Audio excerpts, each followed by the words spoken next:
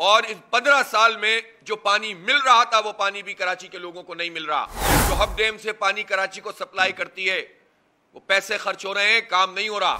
یہ انتقامی سیاست نہیں چلے گی. یہ پانی پہ سیاست کرتے ہو, بجلی پہ سیاست کرتے ہو. ہب ڈیم میں پانی اس وقت اوور فلو کر رہا ہے, اسپل ویز کو کھولا جا رہا ہے, اور ہب ڈیم سے کراچی کو پانی سپلائی کرنے کا منصوبہ عبدالستار افغانی صاحب کے زمانے میں مکمل ہوا. جماعت اسلامی کے میئر تھے. 100 ملین گیلن پانی اس وقت آنا شروع ہوا, اور اس زمانے میں ایک بہت بڑا ریلیف کراچی کے عوام کو مل گیا تھا. نعمت اللہ خان صاحب کے زمانے میں بھی یہ پانی کی سپلائی ہوتی رہی, جس سے کہ ضلع وسطی کے بھی کچھ علاقوں کو ہب ڈیم کے پانی سے پانی ملتا تھا.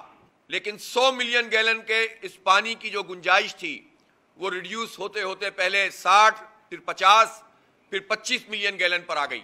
اور اب صورتحال یہ ہے کہ کئی سال سے ایک منصوبہ چل رہا ہے, اربوں روپے اس پہ خرچ کر چکے ہیں کہ ہم ریویمپنگ کر رہے ہیں, اس کو ٹھیک کر رہے ہیں, اس کنڈیوٹ کو, اس نہر کو جو ہب ڈیم سے پانی کراچی کو سپلائی کرتی ہے وہ پیسے خرچ ہو رہے ہیں, کام نہیں ہو رہا.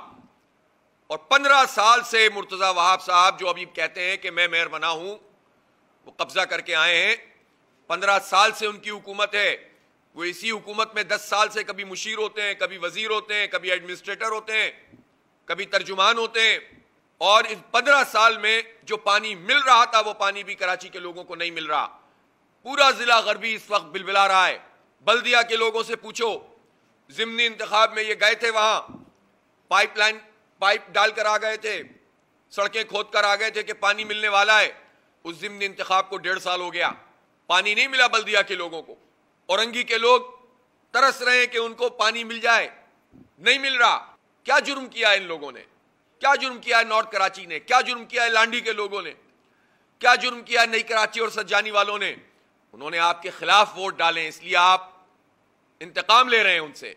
یہ انتقامی سیاست نہیں چلے گی. یہ پانی پہ سیاست کرتے ہو, بجلی پہ سیاست کرتے ہو, لوگوں کی بنیادی ضروریات پہ ڈاکہ ڈالتے ہو, اور کرپشن کا کاروبار کرتے ہو.